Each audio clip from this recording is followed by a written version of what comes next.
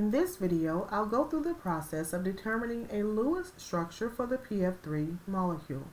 So recall Lewis structures show how atoms are connected to one another. It shows all bonding and non-bonding electrons.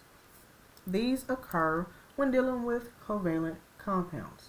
And so I will say that there are different ways in which this can be done. So if you aren't able to follow the method that I'm demonstrating, it is okay to use a different method.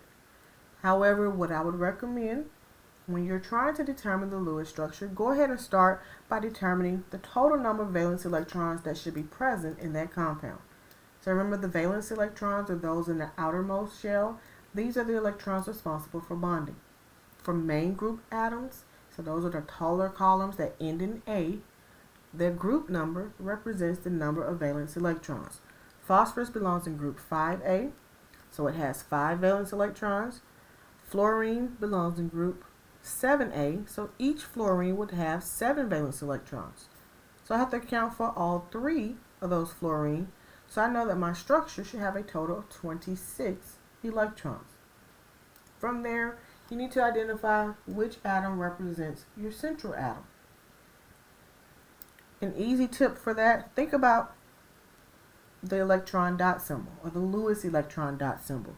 This shows dots that represent each valence electron present. So again, phosphorus had 5. So with the electron dot symbol, remember you have to place 1 electron on each side before you can go and pair any up. And so do that for all of your atoms. Once you do this, what you'll see is that the atom that has the most unpaired electrons is going to typically represent your central atom. So phosphorus has 3 unpaired. Each fluorine has 1 unpaired. So that means that the phosphorus is going to represent your central atom. So then you can simply arrange all of the atoms. You want to align them so that your central atom, so the one that had the most unpaired electrons, is in the middle, and it's surrounded by the other atoms, which are referred to as outer atoms. So right now I'm just showing all of the dots. But remember, whenever two atoms share 2 electrons, a bond forms between them. So these atoms are now sharing these unpaired electrons. So that means that a bond is going to form between them. So I can rewrite it or redraw it to show it as a line. That's my covalent bond between those atoms. Still have those non-bonding electrons. So you don't want to lose those. And you have to make sure that if you're doing a Lewis structure, you have to show those electrons. So right now, this is where we're at. After you've added these non-bonding electrons, you've arranged everything, keep track of your electrons.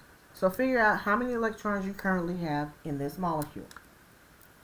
So if we go through and count them, 2, 4, 6, 8. So you have to make sure you count the bond. And remember, there were 2 electrons in that bond. So 2, 4, 6, 8, 10, 12, 14, 16, 18, 20, 22, 24, 26. We're supposed to have 26. We've now accounted for 26. So we have 0 electrons remaining that need to be placed.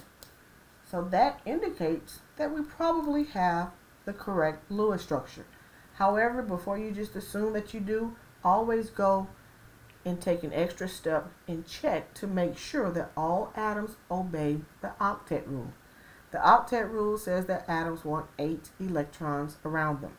The exceptions to that would be hydrogen, and you can include helium. These 2 atoms would only have 2 electrons around, so they would obey the duet rule instead. So once you've gotten to the point where you've accounted for all of your valence electrons, double check to see if everything has 8 or 2 electrons around them. And so by around, we're simply saying all 4 sides. So for instance, this fluorine, it has 2, 4, 6, 8 electrons around it. It obeys the octet rule. The same thing with the other 2 fluorine atoms. They each have 8 electrons around. If we look at the phosphorus, it has 2, 4, 6, 8 electrons around. So everything in this molecule obeys the octet rule. We've accounted for all 26 electrons, so that indicates that we do have a valid Lewis structure. So what if you want to do another example? So let's say we have multiple atoms, CH2O. We can still go through the same process. So we have carbon, which belongs in group 4A, so it has 4 valence electrons. We have 2 hydrogen, belonging in 1A, so they each have 1 valence electron. And we have oxygen, which belongs in group 6A, so it has 6 valence electrons. So add all those together, we now need a molecule that contains only 12 valence electrons. Again, we can start by looking at the electron dot symbol for each atom. So I have my carbon with its 4 valence electrons, each hydrogen, which has 1 valence electron, and then my oxygen, which has 6. Again, we have to place 1 on each side before we go back and pair any up. So we have oxygen, which has 2 unpaired electrons, hydrogen, which each have 1, but then we have carbon, which has 4 unpaired electrons. So that's a clue that maybe the carbon is going to be in the middle. So I'm going to rewrite my carbon and show those 4 electrons. From there, I can just arrange everything else however I choose. So I can choose to put a hydrogen here with its 1 unpaired electron. I could put a hydrogen here with its 1 unpaired electron. I could show my oxygen atom here with its 2 unpaired electrons. So now, if I look, I have these 2 hydrogen atoms, these 2 unpaired electrons right next to one another. I have these 2 unpaired electrons right next to one another. I have these 2 unpaired electrons right next to one another. So let's say you wanted to redraw it like that and show those as bonds. Again, keep track of your electrons. So how many electrons do we account for? We have 2, 4, 6, 8, 10, 11, 12. So we've accounted for those 12 electrons. So we don't have any more electrons left to place. Okay, so let's check the octet rule or the duet rule. Hydrogen has 2 electrons around, so it's fine. Same thing here, 2 electrons. If we look at the carbon, it has 2, 4, 6, 7. That's not good. Oxygen, 2, 4, 6, 7. Same thing. It's not happy. It doesn't have 8 electrons around. However, these 2 atoms still have unpaired electrons that can be shared with one another. We already had a bond between them, but they still have an unpaired electron that could be shared. In that case, you have to look at multiple bonds, so like a double or in some cases a triple bond.